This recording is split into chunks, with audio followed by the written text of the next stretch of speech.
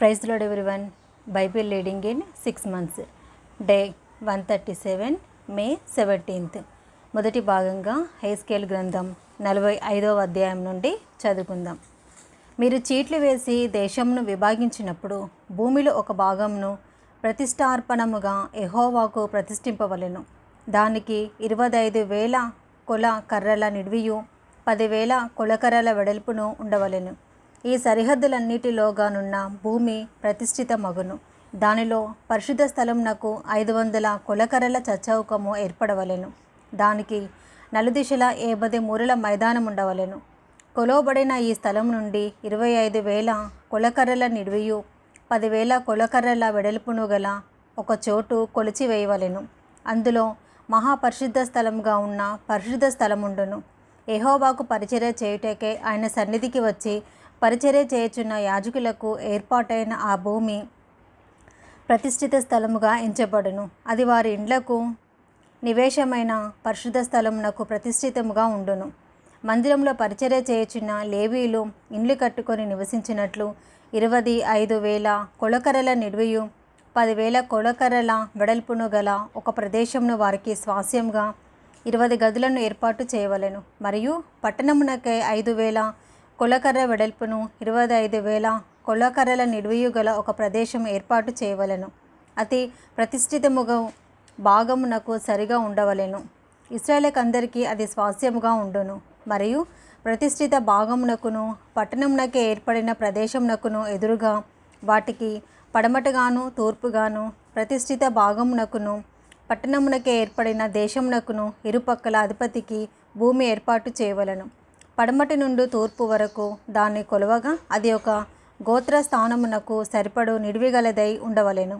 అధిపతి ఇక నా జనులను బాధింపక వారి గోత్రములను బట్టి భూమి అంతయు ఇశ్రాయేలుకు నియమించినట్టు అది ఇశ్రాయేలులో అతనికి భూస్వాస్యముగా ఉండును. మరియు యెహోవా ఈ మాట సెలవిచ్చుచున్నాడు: ఇశ్రాయేలు అధిపతులారా, మీరు జరిగించిన బలాత్కారమును దోచుకొనిన దోపును చాలును. అలాగు చేయటం మాని నా జనుల సొమ్మును అపహరింపక నీతి న్యాయములను అనుసరించి నడుచుకొనుడి. ఇదే ప్రభువు యెహోవా వాక్కు. కరా త్రాసులను కరా పడిని కరా తూమును ఒకటే, పడియు ఒకటే, తూమును మీరుంచుకొనవలెను. తూము పందుములో 10వ పాలు పట్టునదై ఉండవలెను. పందుము మీకు పరిమాణముగా ఉండవలెను. తులం ఒక్కటింటికి 20 చిన్నముల ఎత్తును, అరవీసే ఒక్కొక్కటికి 20 తులముల ఎత్తును, 25 తులముల ఎత్తును, 15 తులముల ఎత్తును ఉండవలెను. ప్రతిష్ఠితార్పణములు ఈ ప్రకారముగా చెల్లింపవలెను. 180 పళ్ళ గోధుమలలో 3 పళ్ళవంతునను, 180 పళ్ళ అవలలో 3 పళ్ళవంతునను చెల్లింపవలెను. తైలము చెల్లించినదైనట్లుగా 180 పళ్ళ నూనెలో పడియు 30 వంతున చెల్లింపవలెను. తూము 180 పళ్ళు పట్టుటదగును. మరియు ఇశ్రాయేలు నిమిత్తము ప్రాయశ్చిత్తం చేయుటకై నైవేద్యమునకును దహన బలికిని సమాధాన బలికిని మంచి మేపు తగిలిన గొర్రెలలో మందకు 200లలో ఒక దానిని తేవలెను. ఇశ్రాయేలులోని అధిపతికి చెల్లింపవలసిన ఈ అర్పణము ఈ ప్రకారముగా తెచ్చుటకు దేశమునకు చేరిన జనులందరూ బద్ధులై ఉందురు. పండుగలలోనూ అమావాస్య దినములలోనూ విశ్రాంతి దినములలోనూ ఇశ్రాయేలు కూడుకొను నియామక కాలములలోనూ వాడబడు దహన బలులను నైవేద్యములను పానార్పణములను సరిచూచుట అధిపతి భారము. అతడు ఇశ్రాయేలు నిమిత్తము ప్రాయశ్చిత్తం చేయుటకై పాప పరిహారార్థ బలి పశువులను నైవేద్యములను దహన బలులను సమాధాన బలి పశువులను సిద్ధపరచవలెను.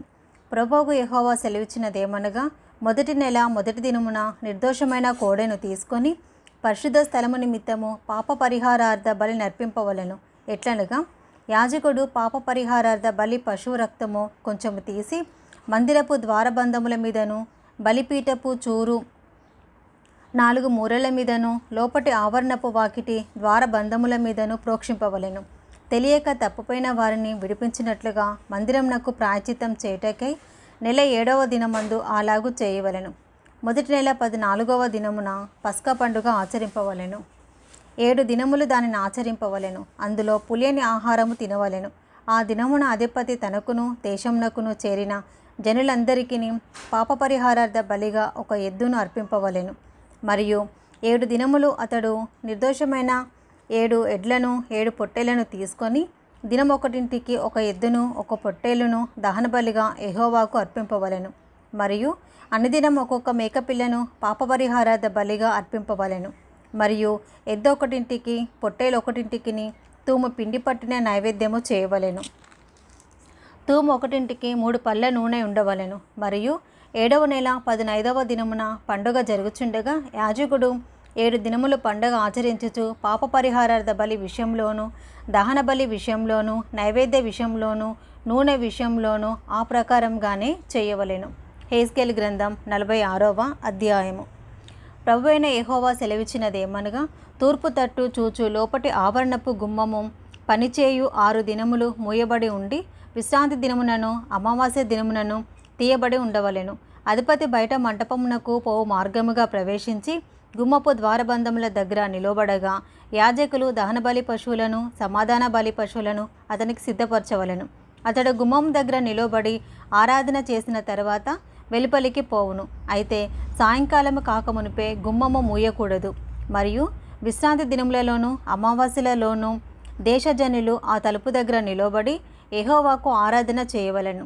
విశ్రాంతి దినమున అధిపతి యెహోవాకు అర్పింపవలసిన దహనబలి ఏదనగా నిర్దోషమైన 6 గొర్రెలను, నిర్దోషమైన 1 పొట్టేలును, పొట్టేలుతో తూమెడు పిండిగల నైవేద్యము చేయవలెను. గొర్రె పిల్లలతో కూడా శక్తి కొలది నైవేద్యమును, తూము ఒకటింటికి 3 పళ్ళ నూనెయు తేవలెను. అమావాస్య నాడు నిర్దోషమైన చిన్న కోడెను, నిర్దోషమైన 6 గొర్రె పిల్లలను, నిర్దోషమైన 1 పొట్టేలును అర్పింపవలెను. నైవేద్యమును సిద్ధపరచవలెను. ఎద్దుతోనూ పొట్టేలుతోనూ తూమెడు పిండిని, గొర్రెపిల్లలతో శక్తి కొలది పిండిని అర్పింపవలెను. తూము ఒకటింటికి 3 పళ్ళ నూనె నైవేద్యము చేయవలెను. అధిపతి ప్రవేశించినప్పుడు గుమ్మపు మంట మార్గమునుగా ప్రవేశించి ఆ మార్గముగానే వెలుపలికి పోవలెను. అయితే దేశజనులు నియామక కాలములందు యెహోవా సన్నిధిని ఆరాధన చేయుటకే వచ్చినప్పుడు ఉత్తరపు గుమ్మపు మార్గముగా వచ్చిన వారు దక్షిణపు గుమ్మపు మార్గముగా వెళ్ళవలెను.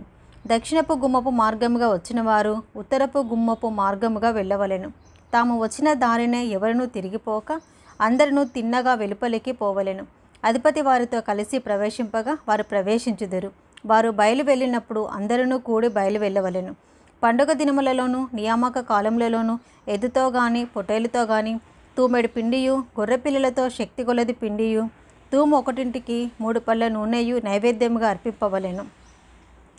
యెహోవాకు స్వేచ్ఛార్పణమైన దహన బలినైనను స్వేచ్ఛార్పణమైన సమాధాన బలినైనను అధిపతి అర్పించినప్పుడు తూర్పు తట్టు గుమ్మము తీయవలెను. విశ్రాంతి దినమున అర్పించినట్లు దహన బలిని సమాధాన బలిని అర్పించి వెళ్ళిపోవలెను. అతడు వెళ్ళిపోయిన తర్వాత గుమ్మము మూయబడవలెను. మరియు ప్రతిదినము నిర్దోషమైన ఏడాది మగ గొర్రె పిల్లను దహన బలిగా అర్పింపవలెను. అనుదినము ఉదయమున దానిని అర్పింపవలెను. మరియు అనుదినము ఉదయమున దానితో నైవేద్యము చేయవలెను. అది ఎట్లనగా తూమెడు గోధుమ పిండిలో 6వ పాలును పిండి కలుపుటకు పడి నూనెయు ఉండవలెను. ఇది ఎవరినూ రద్దుపరచలేని నిత్యమైన కట్టడలు. గొర్రె పిల్లలను నైవేద్యంగా నూనెను అనుదినము ఉదయముననే నిత్య దహన బలిగా అర్పింపవలెను. ప్రభువైన యెహోవా సెలవిచ్చినది ఏమనగా, అధిపతి తన కుమారులలో ఎవనికైనాను భూమి ఇచ్చినడలా అది అతని కుమారునికి స్వాస్యమైనందున అతని కుమారులదగును. అది వారసత్వము వలన వచ్చిన దాని వంటి స్వాస్యము. అయితే అతడు తన పనివారిలో ఎవనికైనా భూమి ఇచ్చినడలా విడుదల సంవత్సరము వరకే అది వాని హక్కై తర్వాత అధిపతికి మరలా వచ్చును. అప్పుడు అతని కుమారులు అతని స్వాస్యమునకు మాత్రము హక్కుదారులగుదురు. జనులు తమ స్వాస్యమును అనుభవింపకుండా అధిపతి వారి భూమిని ఆక్రమింపకూడదు. నా జనులు తమ భూములను విడిచి చెదిరిపోకుండానట్లు అతడు తన భూమిలో నుండి తన కుమారులకు భాగములను ఇయ్యవలెను.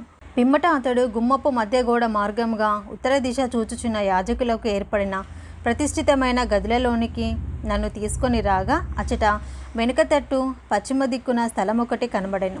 ప్రతిష్ఠితములగు వస్తువులను బయటి ఆవరణంలోనికి కొనివచ్చి యాజకులు జనులను ప్రతిష్ఠించుటకై వారు అపరాధ పరిహారార్థ బలి పశుమాంసమును పాప పరిహారార్థ బలి పశుమాంసమును వండుచు నైవేద్యములను కాల్చుచుండు స్థలమిదియే అని నాతో చెప్పి అతడు బయటి ఆవరణంలోనికి నన్ను తీసుకొని వచ్చి ఆవరణపు 4 మూలలను నన్ను త్రిప్పగా ఆవరణం యొక్క మూలమూలను మరి ఒక ఆవరణం ఉన్నట్టు కనబడెను.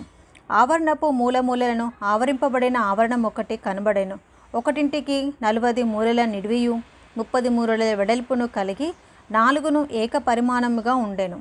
మరియు ఆ నాలుగింటిలోనూ చుట్టూ పంక్తిగానున్న అటకలుండెను.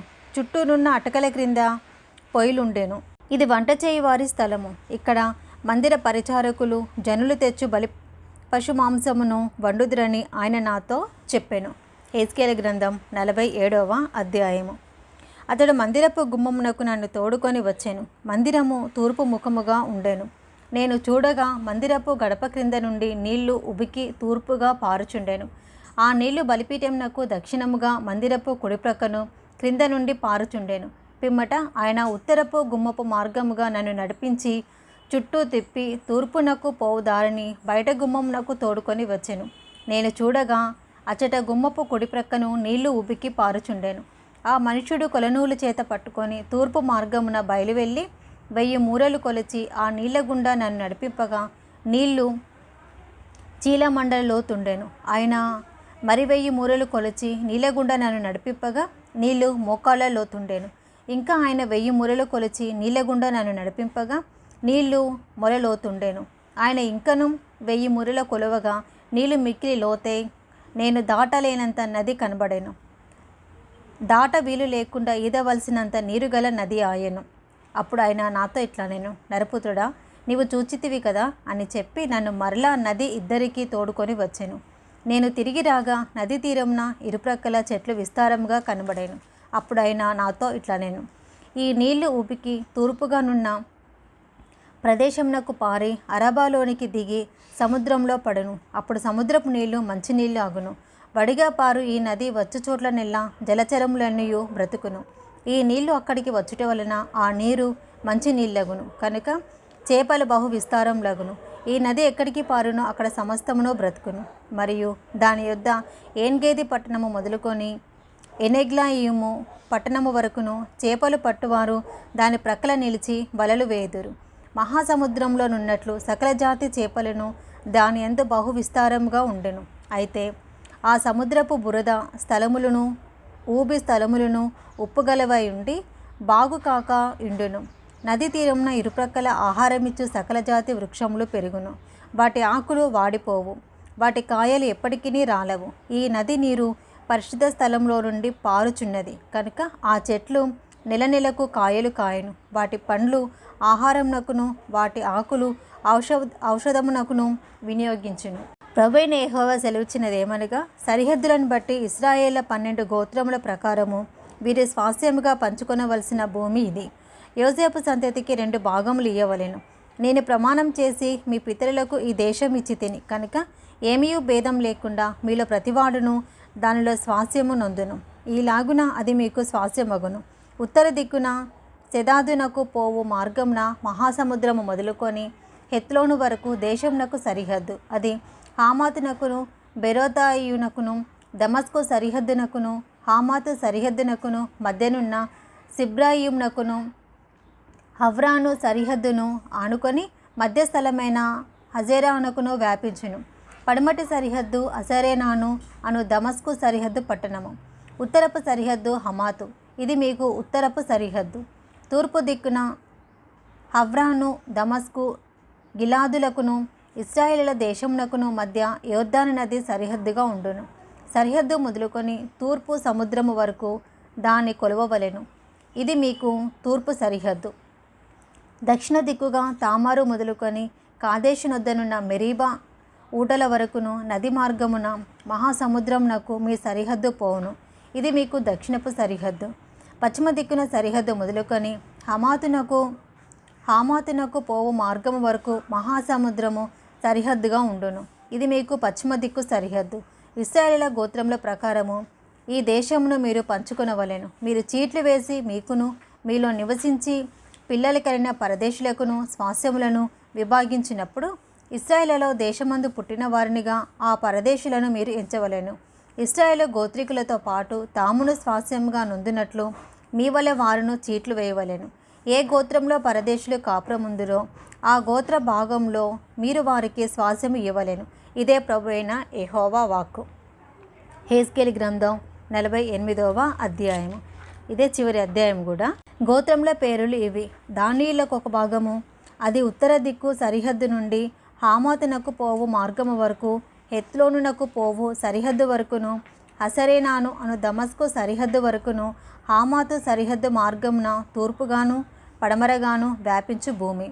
దాని యొక్క సరిహద్దును ఆనుకొని తూర్పు పడమరలుగా ఆషేరీలకు ఒక భాగము, ఆషేరీల సరిహద్దు నానుకొని తూర్పు పడమరలుగా నఫ్తాలీలకు ఒక భాగము, నఫ్తాలి సరిహద్దును ఆనుకొని తూర్పు పడమరలుగా మనష్షేయులకు ఒక భాగము, మనష్షేయుల సరిహద్దును ఆనుకొని తూర్పు పడమరలుగా ఎఫ్రాయిమీయులకు ఒక భాగము, ఎఫ్రాయిమీల సరిహద్దును ఆనుకొని తూర్పు పడమరలుగా రూబేనులకు ఒక భాగము, రూబేనుల సరిహద్దును ఆనుకొని తూర్పు పడమరలుగా యూదావారికి ఒక భాగము, యూదావారి సరిహద్దును ఆనుకొని తూర్పు పడమరలుగా మీరు ప్రతిష్ఠిత భూమి ఉండును.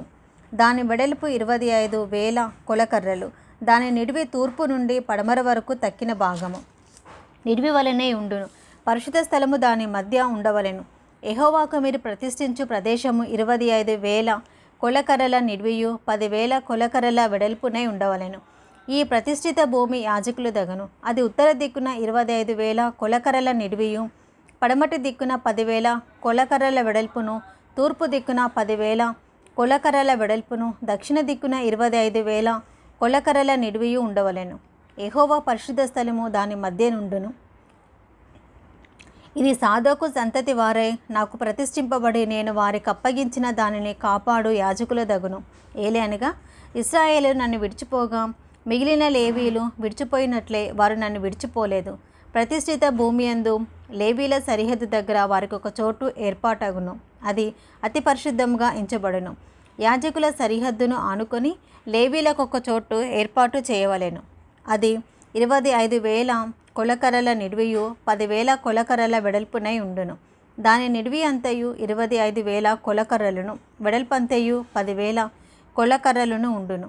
అది యెహోవాకు ప్రతిష్ఠితమైన భూమి కనుక దానిలో ఏమాత్రపు భాగమైనను వారు అమ్మకూడదు, బదులుగా ఇయ్యకూడదు.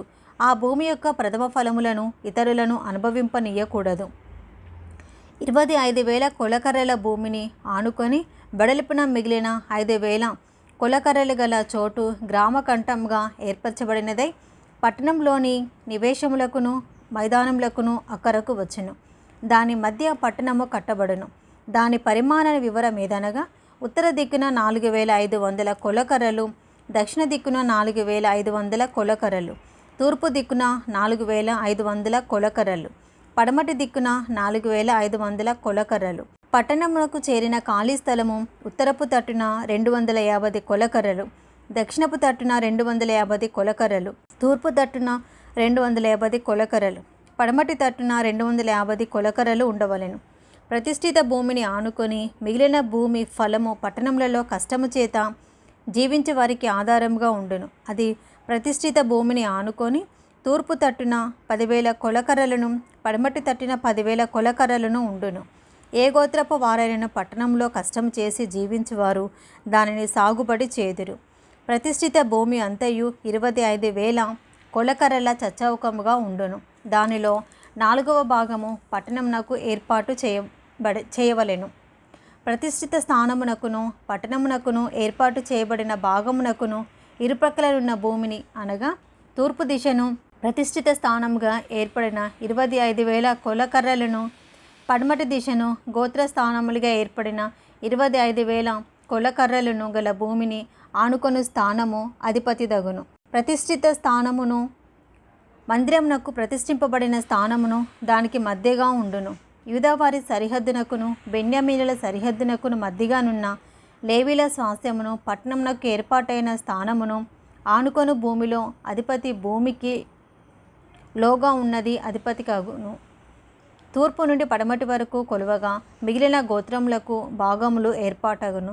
బెన్యామీనులకు ఒక భాగము బెన్యామీనుల సరిహద్దును ఆనుకొని తూర్పు పడమరలుగా షిమ్యోనీలకు ఒక భాగము, షిమ్యోనీల సరిహద్దును ఆనుకొని తూర్పు పట్టణములుగా ఇశ్శాఖారీలకు ఒక భాగము, ఇశ్శాఖారీల సరిహద్దును ఆనుకొని తూర్పు పడమరలుగా జెబూలూనీలకు ఒక భాగము, జెబూలూనీల సరిహద్దును ఆనుకొని తూర్పు పడమరలుగా గాదీలకు ఒక భాగము. దక్షిణ దిక్కున తామారు నుండి కాదేశునున్న మెరీబా ఊటల వరకు నది వెంబడి మహాసముద్రం వరకు గాదీలకు సరిహద్దు ఏర్పడును. మీరు చీట్లు వేసి ఇశ్రాయేలు గోత్రములకు విభాగింపవలసిన దేశము ఇదే. వారి వారి భాగములు ఇవే. ఇదే యెహోవా ఇచ్చిన ఆజ్ఞ. పట్టణ స్థాన వైశాల్యత ఇంతనగా ఉత్తరమున 4500 కొలకరల పరిమాణము. ఇశ్రాయేలు గోత్రపు పేర్లను బట్టి పట్టణపు గుమ్మములకు పేర్లు పెట్టవలెను. ఉత్తరపు తట్టున రూబేను దనియు, యూదా దనియు, లేవి దనియు 3 గుమ్మములుండవలెను. తూర్పు తట్టున 4500 కొలకర్రల పరిమాణం కలది. ఆ తట్టున యోసేపు దనియు, బెన్యామీను దనియు, దాను దనియు 3 గుమ్మములుండవలెను. దక్షిణపు తట్టు 4500 కొలకర్రల పరిమాణము కలది. ఆ తట్టున షిమ్యోను దనియు, ఇషాకారు దనియు, జెబూలూను దనియు 3 గుమ్మములుండవలెను. పడమటి తట్టు 4500 కొలకర్రల పరిమాణం కలది. ఆ తట్టున గాదు దనియు, ఆషేరు దనియు, నఫ్తాలి దనియు 3 గుమ్మములుండవలెను. దాని కైవారము 18000 కొలకర్రల పరిమాణము. యెహోవా ఇండు స్థలమని నాట నుండి ఆ పట్టణమునకు పేరు. ఇది ఈరోజు మొదటి భాగం అండి. Praise the lord.